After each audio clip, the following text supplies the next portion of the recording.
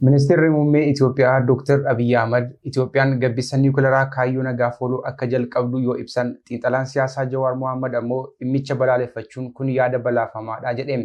Ministeerri muummee Itoophiyaa Dr. Abiy biyyattiin gama saayinsii fi teekinooloojiitiin jijjiirama guddaa agarsiisaa jiraachuu tibba darbe wayitaa warshaa diroonii badanii balleessan oomishuu daawwatan himaniiru. Diroonii badanii balleessan kunneen biyyuma keessatti Itoophiyaan hedduminaan oomishaa jirti.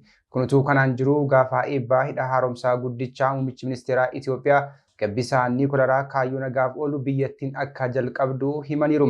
Xiinxalaan siyaasaa Jawaar Mohaammed garuu yaadichi balaafamaa ta'uu hime. Yaada Jawaar Mohaammed kana waliin haa daawwannu. አንድ ነገር ግን ለታሪክ ላስቀምጥ ጥርጣሬና አንዳንድ ጭምጭምታ እየሰማሁ ስለሆነ የኒውክሌር ሪአክሽን እንትን ኢነርጂ መገንባት የተፈለገበት ከእንግዲህ በኋላ በተለይ በአባይ ጋር በተያያዙ ወይም በአባይ ተፋሰሶች ላይ ትሪቡተሪዎች ላይ ሌላ ግድብ ላለመስራት ነው።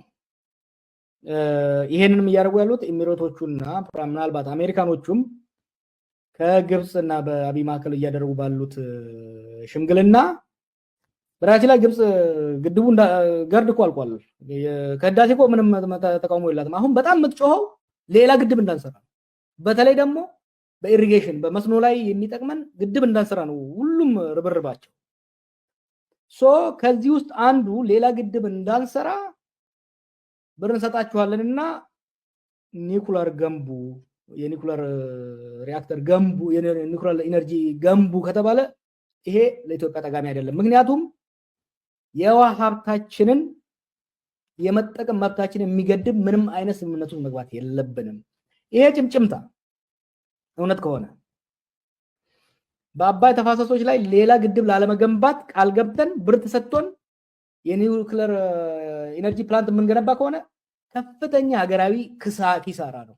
ምክንያቱም ይሄን ውሃ ወደፊት ዋናውን አባይ ብቻ ሳይሆን ወደ ትሪቡተሪ የሚገቡትን ወንዞች ለኤሌክትሪክም ለሌላም ጉዳዮች መጠቀም እንችላለን። አሁን ያለው የኢትዮጵያ የግድቦች በቂ ናቸው አሁን ኢትዮጵያ ላላት አቅም። ስለዚህ መስመር ዝርጋታ ላይ ሌሎች ላይ ማዋሉ ይሻላል። እንዲህ አይነት ህዝብን ለማስፈንደቅ ከሆነ ዝም ብሎ ህዝብን ለማስፈንደቅ ከሆነ is fine, but if Abiy is serious ወደ ኒውክሌር ኢነርጂ መገንባት ፕላንት መገንባት የሚሄድ ከሆነ በጥንቃቄ መከታተልና በጥንቃቄ ዝርዝሩን ማወቅ አለብን። ይሄንን እኛም ከታተላለሁ፣ ሁላችሁም ተከታተሉ። ምክንያቱም ከፍተኛ የሆነ የሀገር ኪሳራ ሊያስረን የሚችል ሪሜምበር በኮሎኒያል ጊዜ 1959 መሰለኝ የተፈረመው ስምምነት ነው ግብጽ እስከዛሬ እኛ ላይ